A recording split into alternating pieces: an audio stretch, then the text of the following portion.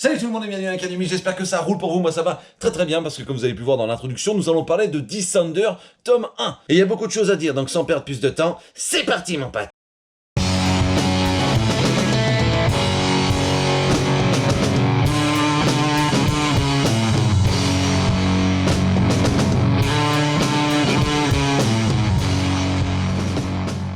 Oh là là, j'ai pris une claque, mais une claque. Et pour tout vous dire, je ne m'y attendais pas du tout. La dernière fois que j'ai pris une comme ça, c'était à la fête de la mouette sur le port avec un marin. J'ai fait une blague sur sa fille, en fait c'était pas sa fille, c'était sa meuf. Une sale histoire. Bref, plus sérieusement, ça remonte à Carbone et Silicium de Mathieu Bablet. D'ailleurs, j'en ai fait une vidéo, si tu l'as loupé, fonce mon pote. Vous le savez maintenant que vous me connaissez un petit peu plus, j'aime la science-fiction. Et la dernière série de comics qui m'avait bouleversé à ce point, c'était Invisible République de chez iComics. D'ailleurs, il faudrait peut-être que je fasse quelque chose là-dessus, un de ces quatre. Pour moi, cette série représentait tout ce que j'attendais, mais vraiment tout ce que j'attendais dans ce style. Sauf une chose, la dimension space opéra que j'aime retrouver dans certaines œuvres, comme la série The Expanse, le jeu vidéo Mass Effect, ou encore les deux premières trilogies de Star Wars. Pour moi, il y a que 6 films, mon pote. T'as compris? Bien. Mais dans ce premier tome de Descender, tout y est. Bref, je vous présente la bête. C'est sorti le 26 janvier 2016 en France, chez Urban Comics dans la série Urban Indies. Il coûte 16 €, il fait 160 pages, il est dessiné et colorié par Dustin Nguyen, et scénarisé évidemment par l'énorme, le grand, l'immense Jeff Lemire, encore lui. Mais commençons par lire la quatrième de couverture, si vous le voulez bien. La galaxie se remet péniblement du traumatisme causé par l'apparition, il y a 10 ans, des moissonneurs, des robots de la taille d'une planète, qui préfigurent la révolte des machines contre les hommes.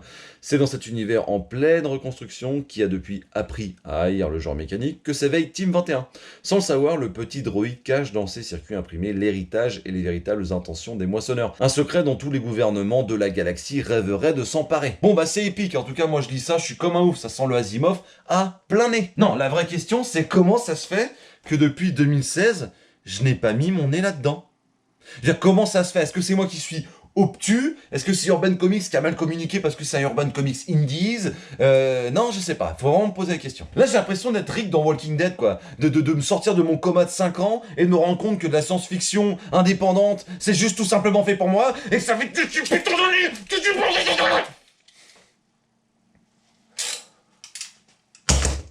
Et sans perdre une seule seconde de plus, place au moins mon pote. Pour commencer, le dessin de Nguyen est quand même très particulier et m'a quand même légèrement freiné dans ma lecture, au moins le premier chapitre. Parce que c'est un style graphique qui est quand même bien spécifique. Moi, je suis persuadé que ça vaut vraiment le coup de s'accrocher parce que l'histoire est tout simplement incroyable. Et mine de rien, le dessin, on s'y habitue et on finit par vraiment l'aimer et voilà. Mais je peux comprendre qu'il y ait des gens qui aient quand même baissé les bras assez vite. Ensuite, on dirait pas, mais vraiment, c'est une œuvre qui est assez violente. Il y a des morts, il y a de la torture, il y a de la violence, les textes sont assez durs, c'est rude. Non, vraiment, c'est pas du tout un truc que tu dois mettre dans les mains de ton petit neveu de 8 ans, Jordan, tu vois. Non, pas du tout. Pas une œuvre Charlie, pas du tout. Non. Ah non, ne le fais pas. Il va passer une sale nuit. Et du coup, tu vas passer une sale nuit. Tu vas te faire engueuler par ton beau-frère. Eh ouais, bah oui. Non mais fais gaffe quoi. D'ailleurs, fais pas ça. Attention. Ok. Et encore une fois, je me suis encore fait complètement avoir par ce comics parce que pour tout vous dire, je l'ai lu 2 fois. Et les 2 fois, j'ai surkiffé. Donc j'ai pas trouvé d'autres points négatifs. Je dis pas qu'il y en a pas, attention. Mais moi je suis tellement bon public que du coup ça a marché à fond sur moi et tout de suite... Place au plus les perruches. Pour commencer, je trouve que la couve est tout simplement magnifique. À part ce truc 10 € dégueulasse. Et voilà, ça laisse une trace fantôme. Mais putain. Mais qu'est-ce qui vous prend de faire ça, les gars, Ensuite, sans abuser, c'est la première fois que je ressens autant d'émotions dans un comics. Le rapport familial est tellement bien retranscrit. Il y a des scènes qui te déchirent littéralement le cœur. Non mais franchement, il ne m'en fallait pas beaucoup plus pour que je lâche une petite larme. Oh Emile, je te fais pas ça, toi, T'es pas comme ça, mon pote. Pas toi, d'accord? T'en viens chier.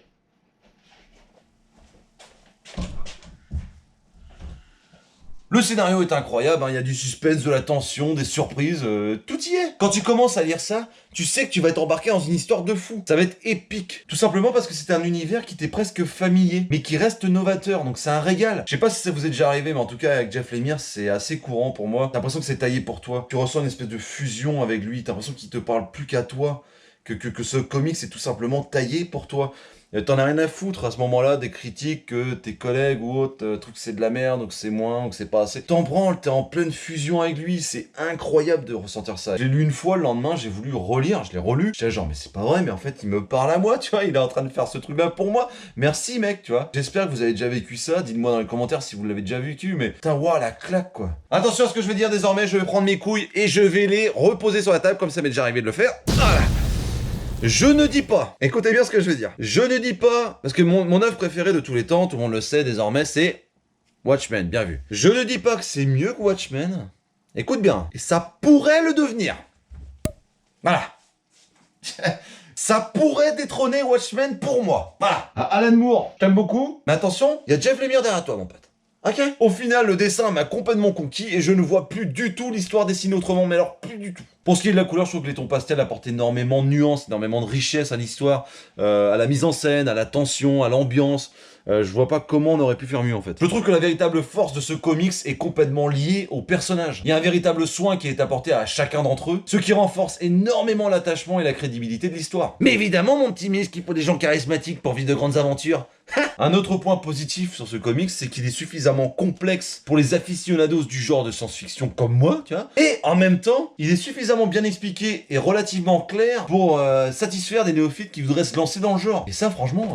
Bim. Et enfin, pour terminer sur les points positifs, parce que je peux faire ça pendant des heures tellement j'ai adoré ce comics. J'aime beaucoup la part belle qui est faite à la diplomatie et à la politique dans ce comics. Tu sens que les tensions interraciales, elles sont à fleur de peau. Ça peut très vite partir en couille. Et t'as toujours une tension et franchement, c'est jouissif, quoi. Et j'ai une recommandation à faire, ce serait pour le néophyte des comics. Frérot, si tu regardes cette vidéo, je suis persuadé que tu regardes mes vidéos jusqu'au bout. S'il te plaît, procure-toi Descender tome 1, man, je t'en supplie, j'aimerais vraiment débattre avec toi sur ce comics. Je sais que t'es un grand fan de science-fiction et je suis persuadé que c'est taillé très très fort pour toi. Donc s'il te plaît frérot, achète-le. Bisous, perruche, nœud papillon, barbecue mon pote. Pour conclure, j'ai déjà envie de dire merci, oui. Merci Jeff Lemire de nous proposer un univers aussi riche. Merci d'y mettre tout ton cœur et merci à toi de me faire voyager aussi loin grâce à tes mots alors que j'ai clairement le cul posé sur mon fauteuil en Vendée en lisant ça. Car ne nous y trompons pas, ce début d'histoire met les petits plats dans les grands et nous propose bien sûr de l'action, de l'espace, la trahison, des planètes, des vaisseaux, mais c'est aussi et surtout une belle histoire sur l'amitié et la famille. Je suis le premier à le dire, les histoires avec les enfants ne m'attirent pas trop parce que, de manière générale, l'histoire est souvent lissée. Et bordel, j'avais tort mon pote, et tant mieux. Le dessin et la couleur de Dustin Nguyen est très spécifique et clairement, ce n'est pas pour tout le monde. Mais avec un petit effort d'ouverture d'esprit, on peut facilement se laisser transporter dans cette histoire interraciale de qualité. C'est une œuvre qui nous montre bien que l'individualisme n'apporte jamais rien de bon et que quand les temps sont durs, les peuples se referment dans leur communautarisme par peur. Sauf qu'une fois que notre regard ne se tourne plus vers l'extérieur ou vers les autres, et que le nombrilisme est roi, le pire reste à venir. Il y a clairement un après Descender pour ma part et je voulais le partager avec vous. Car des œuvres aussi belles et puissantes qui apportent une morale et une vision de vie sans aucun jugement de valeur doit avoir plus de visibilité, un point c'est tout. Moi en tout cas j'ai hâte de lire la suite et merci Lemire et Nguyen pour le voyage. Merci d'avoir regardé cette vidéo jusqu'au bout les potes. Si tu as aimé la vidéo, lâche un like et abonne-toi. Dis-moi dans les commentaires si vous aimez la science-fiction et du coup que me conseilleriez-vous de lire en BD ou en comics? Ça m'intéresse vraiment. Suivez-moi sur Twitch, Twitter et Insta. Sur ce je vous fais d'énormes bises, prenez soin de vous et à très bientôt dans la cave.